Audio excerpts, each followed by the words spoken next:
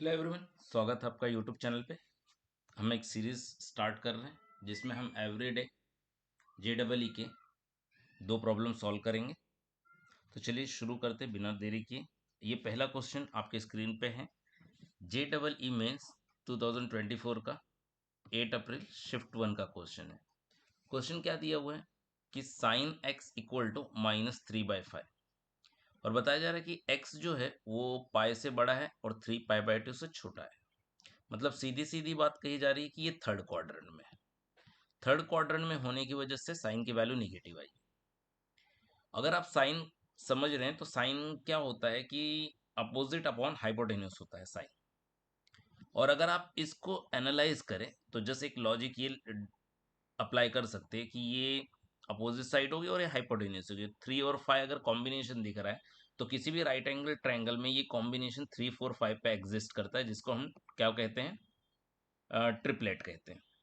तो अगर ये 5 है, ये 3 है, तो ऑब्वियसली ये 4 होगा। और ये x है तो साइन x 3/5 और निगेटिव क्यों आया है क्योंकि थर्ड क्वाड्रेंट में। तो साइन तो मिल गया। तो इसी तरह से मैं कॉस भी फाइंड आउट कर सकता हूँ।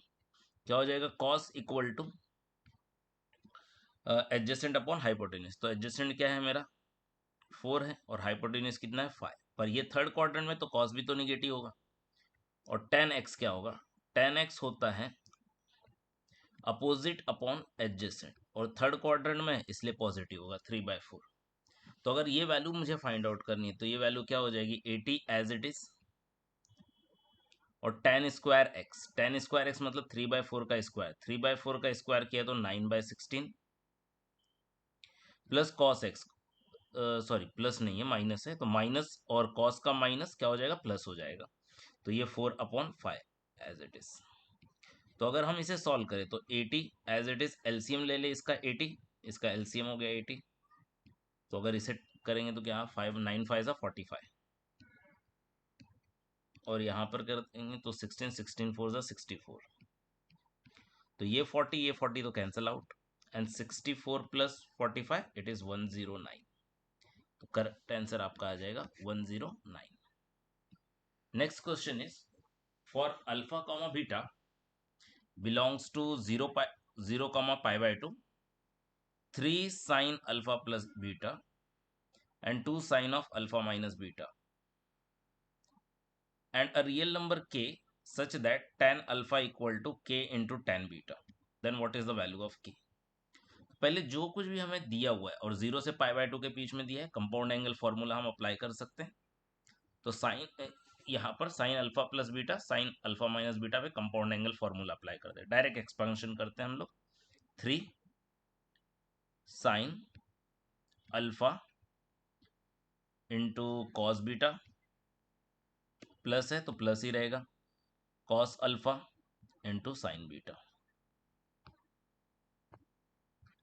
और यहाँ पर क्या हो जाएगा? 2 इंटू, सॉरी जस्ट ब्रैकेट, बुलना नहीं है bracket, sign alpha into cos beta, minus है तो माइनस ही रहेगा, cos alpha into sine beta. अगर हम इसको एक्सपांड कर दें तो यहाँ पर क्या आ जाएगा? 3 sign alpha into cos beta. लिख देता हूँ मैं यहाँ पर आपके लिए, 3 sign alpha into cos beta. और यहाँ पर क्या आ जाएगा? 3 cos alpha into sine beta. और यहाँ पर क्या है?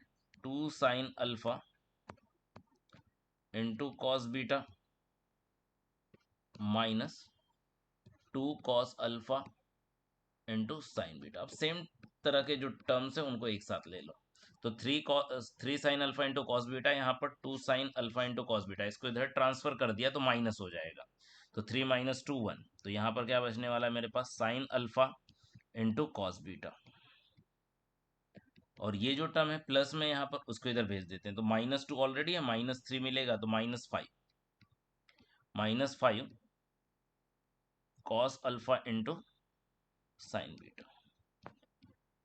अब क्या करते हैं? ये वाला जो पार्ट है इसको इधर ले आते हैं। तो क्या हो जाएगा? Sine alpha into cos beta divide by cos alpha into sine beta which is equal to -5। अगर इसी को हम आगे एक्सटेंड करें तो ये क्या हो जाएगा, sine alpha upon cos alpha क्या हो जाएगा, टेन अल्फा, और cos beta upon sine beta क्या हो जाएगा, cot beta equal to -5। Cot beta को मैं 1/10 बीटा लिख दूं, क्योंकि यहाँ पर टेन बीटा है, tan alpha into tan beta है, सॉरी ये अल्फा में है, तो इसको लिख दिया मैंने tan alpha upon tan beta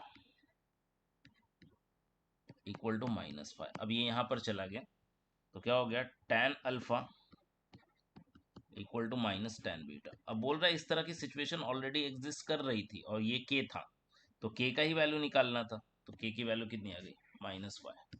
तो that's all about the 2 questions. अगर वीडियो अच्छी लगी है तो अपने दोस्तों के साथ शेयर करें, चैनल को सब्सक्राइब नहीं किया तो सब्सक्राइब कर लें, और ऐसे ही हर दिन 2-2 क्वेश्चंस आपके लिए आते रहेंगे। Thanks for the watching.